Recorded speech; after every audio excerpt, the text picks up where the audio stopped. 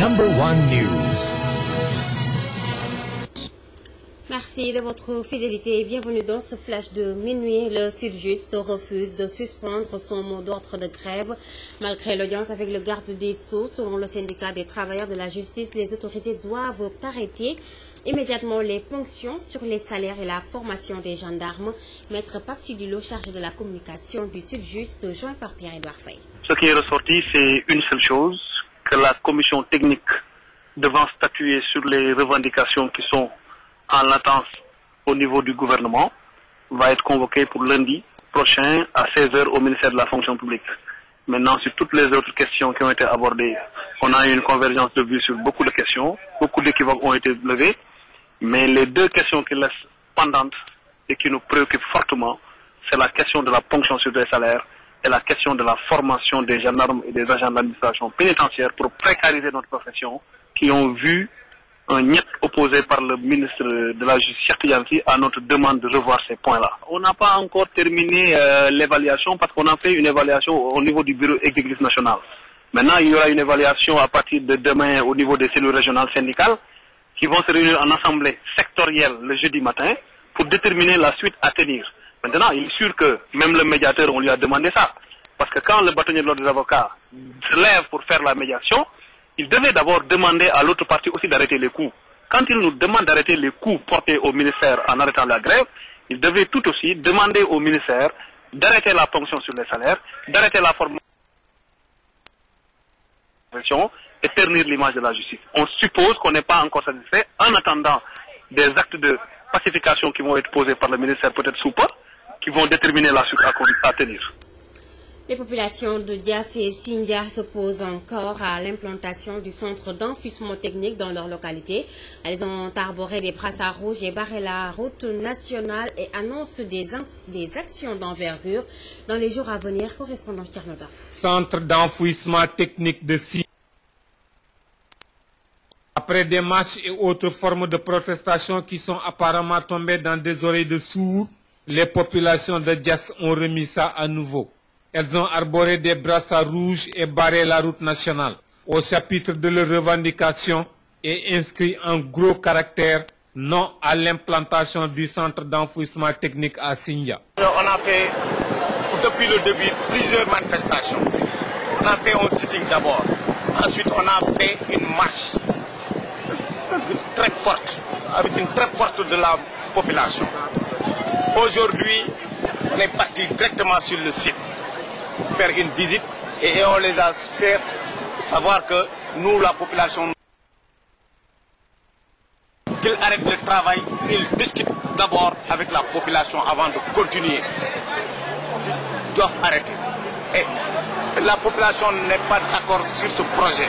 Il n'était pas d'accord en 2005, il n'est pas d'accord aujourd'hui, il ne sera pas d'accord demain. Donc qu'ils arrêtent le travail et qu'ils amènent leur matériel ailleurs.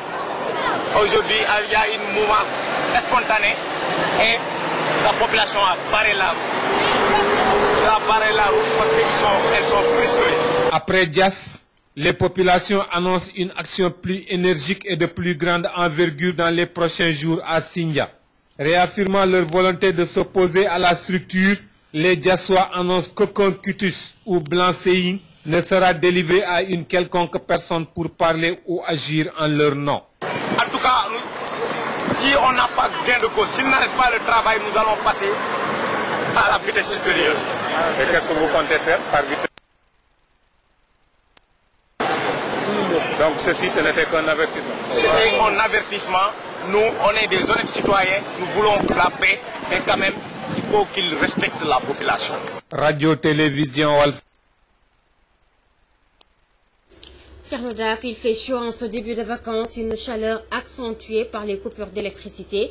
À cet effet, les populations envahissent les plages. Beaucoup en profitent pour faire du sport, mais surtout oublier les difficultés du pays. Reportage Ahmadou Diallo. Barafal est un jeune élève en classe de seconde. Après une année scolaire très mouvementée, il consacre son temps au football qu'il pratique tous les après-midi avec ses amis à la plage de Yoff.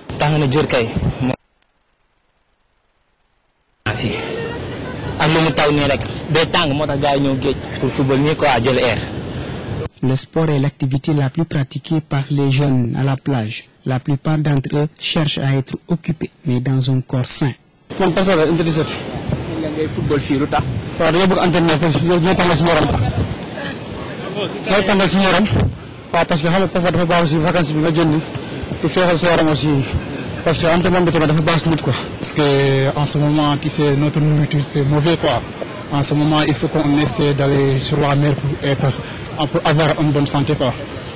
Avec la chaleur aussi bon c'est mieux pour aller venir ici au bord du mer pour essayer de faire les choses importantes quoi. La plage n'attire pas que les jeunes. Les personnes du troisième âge aussi y vont, mais à leur manière. Je lis l'utile à l'agréable. Donc bon, quand il fait un peu chaud, on est en période d'été. Bon, il fait très chaud dans les maisons. Compte tenu de la constitution des maisons, bon, on n'a pas assez d'air frais. Et on a un peu à côté de la plage. Donc c'est ce qui nous a poussé à quand même venir nous délasser un peu. Et aussi tirer un peu sur notre chapelet. En même temps, prier pour le bon Dieu. Les coupures d'électricité ont rendu difficile la vie dans les maisons, nous dit cette femme, trouvée assise face à la mer, en train d'écouter de la musique. Je suis en train d'écouter la musique sénégalaise. Mbalax. Tout le monde le connaît, hein. Pourquoi vous venez ici pour écouter de la musique? Bon, à cause de la chaleur et coupure de courant, comme il n'y a pas d'électricité, on ne peut pas regarder la télé, on ne peut rien faire. Alors je viens ici avec mes enfants, et c'est bien, j'attends ici.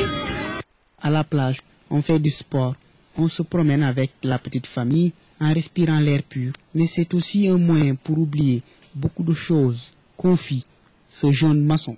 waaw ñëw fii soulager wu rek waaw xam nga boo toogee fii ngay nekk beneen esprit xalaat yeneen.